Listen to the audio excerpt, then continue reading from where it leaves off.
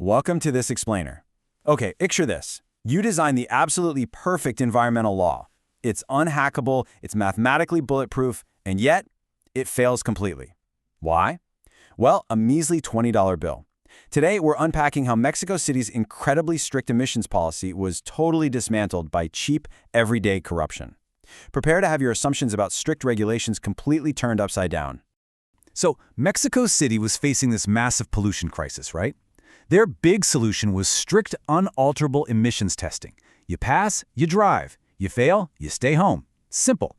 The goal was literally to save lungs. But the air stayed toxic. Why? Because get this, stricter rules didn't actually clean the air. No, they just created a highly efficient, super lucrative market for bribery. Let's look at the actual numbers. The data here doesn't lie, and it's a staggering reality. This wasn't just a glitch or a few rogue mechanics. Listen to this. 63 out of 80 official testing centers were actively helping cars cheat. That's nearly 80% of the entire system. The safety net wasn't just broken, corruption had literally become the primary business model. Section 1. Perfect Policy's Shocking Lie. We have to ask, how does a program designed to save lungs end up lining pockets instead? Look at this massive disconnect here. On paper, the laws demanded world-class Tier 1 emission standards. But step onto the streets, and boom, reality hits you. Vehicles were still responsible for a staggering 81% of total nitrogen oxide emissions. A perfect policy is totally useless if the enforcement on the ground is corrupt. Section 2. Phantom Doubles. The Cheat. Now, to really understand this cheat, you have to ask yourself, how do you bypass an unhackable machine with lockdown software and tamper-proof sensors? Well, you don't. You just lie to it. Meet the Auto Madrina, also known as the donor car. Corrupt technicians literally kept perfectly clean cars hidden in the back. When your dirty, polluting car rolled in, they simply hooked the clean car up to the sensors instead. It was an incredibly efficient three-step process. Step 1, you pay the legal 175 peso fee plus a secret $20 bribe. Step 2, the technician secretly tests the clean donor car. And step 3, the unhackable computer happily prints out a flawless passing certificate for your toxic vehicle. So you get a perfectly legal certification generated for a completely illegal machine. Crazy, right? Section 3.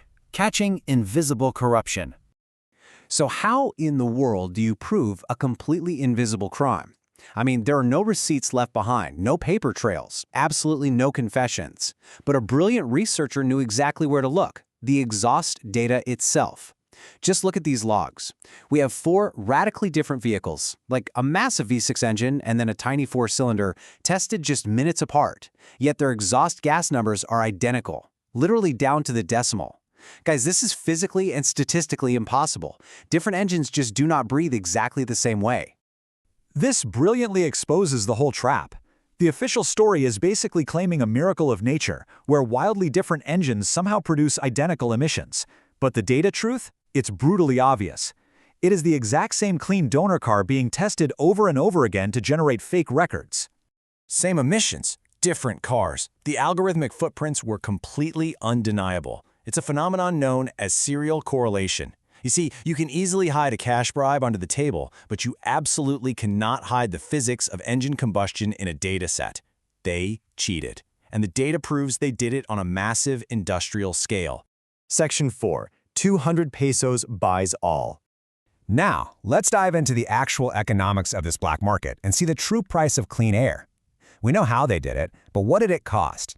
Just 20 US dollars. Yep, about 193 Mexican pesos. That was the exact equilibrium market rate to completely bypass the law. Think about that. The strictest environmental regulation in the whole country was entirely dismantled for the cost of a cheap dinner. Unbelievable.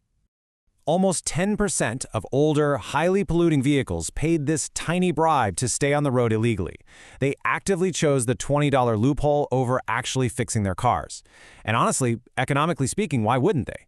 When a mechanical fix costs hundreds of dollars and a guaranteed bribe only costs 20, human nature is going to win that battle every single time. But here is the absolutely crucial point. This was not a victimless crime. Because of this one simple $20 transaction, an extra 3,708 tons of toxic emissions were released into the city every single year. It basically created a massive public health crisis, and it was completely funded by pocket change. Section 5, System Flaws and Study Limits. Now, while the statistical detective work here was absolute genius, we do have to acknowledge what the study missed. No research is perfect, right? The real world is messy. For instance, the research couldn't factor in newer, exempt cars. It also assumed the bribe price was static and wouldn't dynamically adapt to stricter enforcement over time. And finally, it excluded unobservable car maintenance decisions.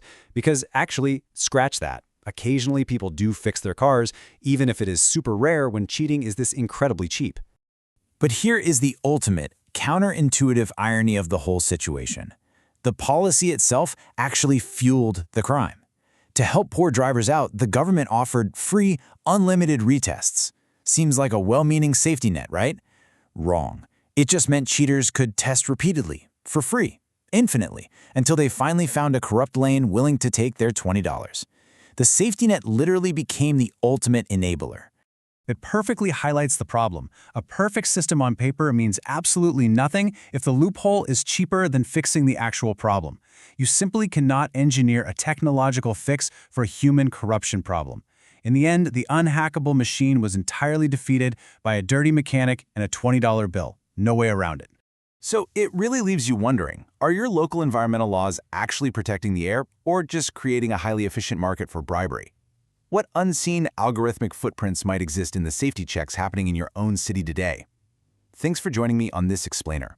Next time you get your car inspected, well, you might want to look a little closer. And always keep questioning.